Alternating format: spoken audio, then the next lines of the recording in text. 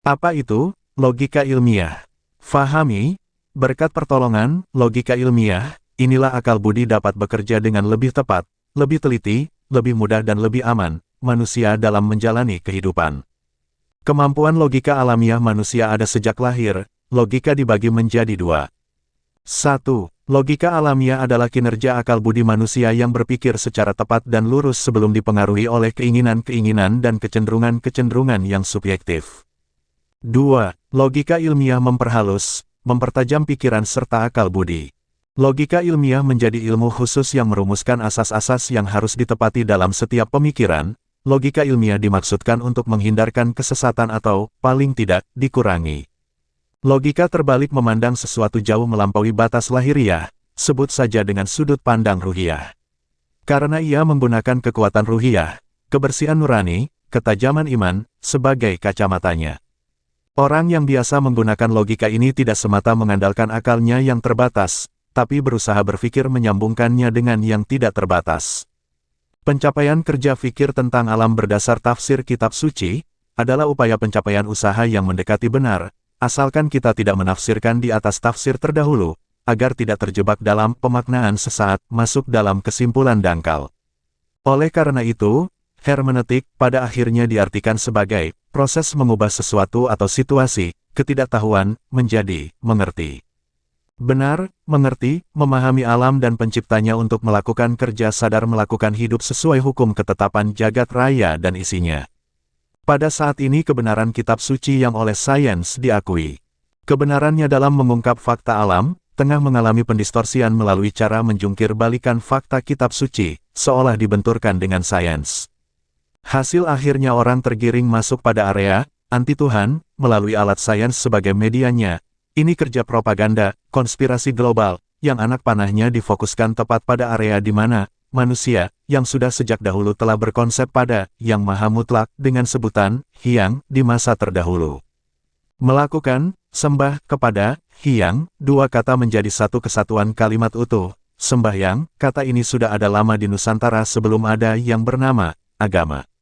Post hoc ergo propter hoc, bahasa Latin untuk setelah ini. Oleh karena itu karena ini adalah sebuah kesesatan logis penyebab berbagai dipertanyakan, yang menyatakan, sejak peristiwa Y mengikuti peristiwa X, peristiwa Y pasti disebabkan oleh peristiwa X. Hal ini sering disingkat menjadi hanya post hoc. Hal ini agak berbeda dari kesalahan cum hoc ergo propter hoc, di mana dua hal atau peristiwa terjadi bersamaan atau urutan kronologis tidak signifikan atau tidak dikenal, juga disebut sebagai penyebab palsu, korelasi kebetulan, atau korelasi tidak sebab akibat. Post hoc adalah kesalahan yang sangat menggoda karena urutan temporal tampaknya integral kausalitas. Kesalahan terletak pada datang ke suatu kesimpulan hanya berdasarkan urutan peristiwa, daripada memperhitungkan faktor-faktor lain yang mungkin menyingkirkan sambungan peristiwa tersebut. Bentuk pola hoc falsipos dapat dinyatakan sebagai berikut. A terjadi, maka B terjadi. Oleh karena itu, A menyebabkan B. Ketika B tidak diinginkan, pola ini sering diperluas secara terbalik. Menghindari A akan mencegah B. Jika Anda paham tulisan di atas, maka tidak ada lagi polemik yang menghabiskan energi untuk berpikir apakah bumi itu bulat atau datar. Yang kemudian dikhawatirkan tergelincir masuk dan bekerja dalam mempromosikan usaha dari sebuah skenario besar pada pemahaman anti-Tuhan. Juga, menafsirkan sesuatu di atas tafsir sebelumnya, yang menjadikan semuanya tafsir di atas tafsir. Berpikir, antitesis, lepas dari, tafsir, di atas, tafsir, lepas dari, nama, dan, bentuk, mengantarkan kita keluar dari, belenggu, kerangkeng, pemikiran dan pemaknaan sesaat, masuk dalam, samudera kesadaran semesta, membawa kedamaian diri dan jagat raya. Itulah kelebihan manusia Nusantara. Melalui wormhole, kita bisa pergi ke waktu manapun, bisa pergi ke masa lalu dan ke masa depan, dalam riwayat bumi pada kondisi waktu maya yang disebut waktu Tuhan, itu menurut Hawking. Menurut ilmu fisika, terdapat energi yang rentang pengaruhnya mencapai 5.000 tahun, bahkan jutaan tahun, artinya masa lalu dengan masa sekarang terhubung tanpa membutuhkan waktu dan terdapat hubungan, entanglement, yang tidak dibatasi jarak dan waktu, karena terdapat pola, konstanta, yang rentang pengaruh dan cara kerjanya tetap sama. Einstein dan Rosen menyimpulkan keberadaan wormhole amat erat kaitannya dengan black hole, yaitu objek alam semesta yang dikenal memiliki gravitasi amat kuat. Wormhole yang berkaitan dengan hubungan dalam ruang waktu, dikenal sebagai Lorentzian wormhole. Ada dua jenis Lorentzian wormhole. Interuniverse wormholes, wormholes yang menghubungkan semesta kita dengan semesta yang lain. Ini adalah dugaan tentang adanya semesta paralel. Intra-universe wormholes, wormhole yang menghubungkan dua daerah dalam semesta yang sama. Euclidean wormholes menjadi perhatian utama para ahli teori medan kuantum. Wormhole ini ada dalam proses yang sangat mikro. Wormhole lain yang dikenal beberapa cendekiawan Muslim dengan mengidentifikasikannya sebagai wormhole Ma'arij, diyakini sebagai tempat-tempat naik para malaikat. Dari Allah yang mempunyai tempat-tempat naik malaikat dan ruh kepadanya di dalam satu hari adalah ukurannya 50.000 tahun. Wormhole Ma'arij ini lebih dianggap dan ditafsirkan merupakan jalur khusus yang diciptakan Allah bagi hamba-hamba yang dikehendakinya. Ada yang meyakini, kisah-kisah di dalam Al-Quran, seperti pemuda Al-Kahfi dan peristiwa Isra, keterkaitan dengan fenomena wormhole Ma'arij ini. Wormhole Ma'arij juga ditafsirkan dan diyakini, bahwa semua insan yang bernyawa, yakni ketika ajal menjelang, maka terbukalah satu pintu, wormhole Ma'arij, melalui yang disebut hyperspace.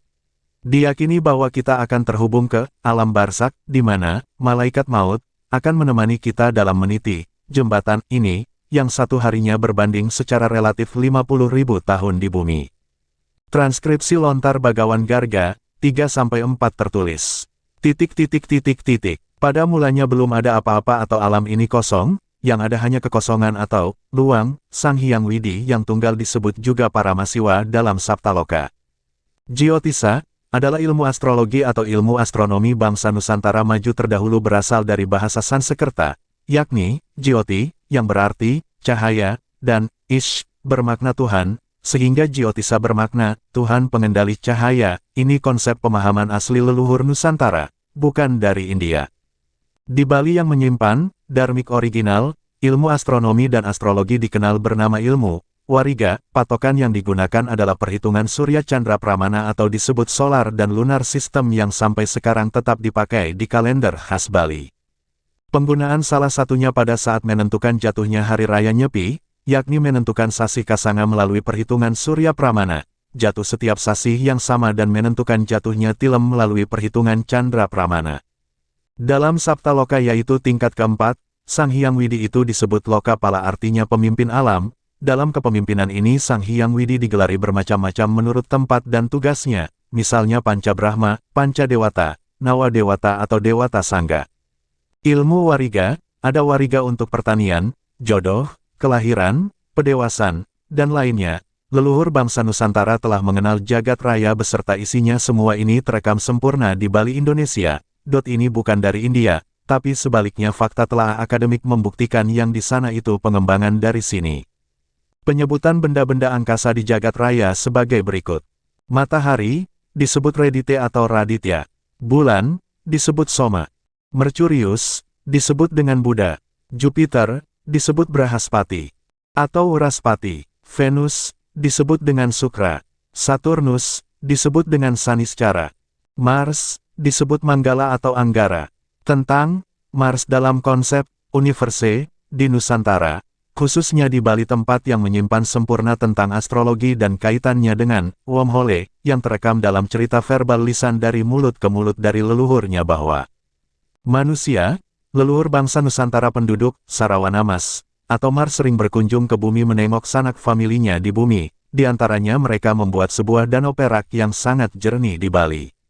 Ini bukti valid bahwa leluhur kita masih eksis ada di luar keterjangkauan dan batas keberadaan ruang dan waktu, masuk dalam dimensi fakta real yang dalam keberadaan universal berada dalam dimensi 95% sesuatu yang belum terfahami nalar kita, sedang alam materi ini adalah yang 5% yang baru diketahui oleh nalar fisik kita saat ini. 5% inilah yang fana atau rusak, sedang 95% ini abadi. Hal lain, bahwa kata muhso atau moksa juga bisa diartikan juga sebagai perpindahan diri seseorang dari satu tempat ke tempat lainnya.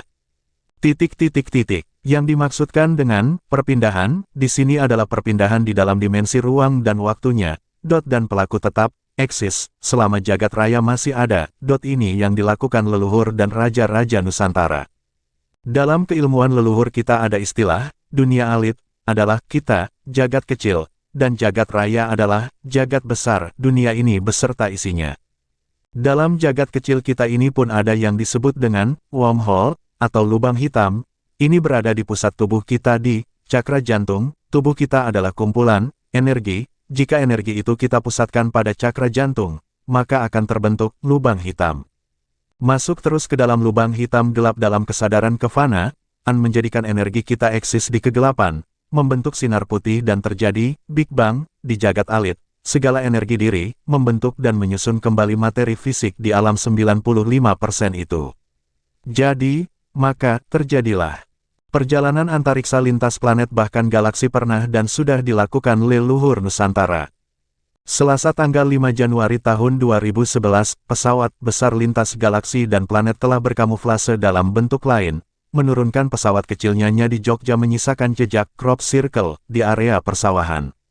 Artinya masa lalu dengan masa sekarang terhubung tanpa membutuhkan waktu dan terdapat hubungan, entanglement, yang tidak dibatasi jarak dan waktu, karena terdapat pola, konstanta, yang rentang pengaruhnya dan cara kerjanya tetap sama. Fakta akademik uraian di atas membuktikan hal ini. Dan jika Anda, mayoritas, tidak percaya apa yang diuraikan di atas bagaimana dengan berita bahwa di abad 5 Masehi, ada, manusia, pergi menembus keterbatasan ruang dan waktu hanya dalam waktu 1 malam, berjumpa dengan pendahulunya, kembali ke bumi membawa pesan dari mereka. Hal lain dengan tokoh berbeda. Dia akan diturunkan kembali ke bumi, sama persis dengan saat dia diangkat. Mukso, Ngahiyang, hibernasi, di Sapirs pernah dilakukan oleh leluhur dan raja-raja Nusantara. Mereka masih eksis memantau melindungi untuk di kemudian hari mengembalikan kejayaan Nusantara lama. Fahami lebih dalam lagi. Suara ledakan dalam jagat alit dan jagat besar dapat bersatu selaras terjadi. Suara itu adalah sound spiritual tinggi. Di ajaran leluhur kita terdahulu adalah dengung, disebut sonik religi dengan dengung suci.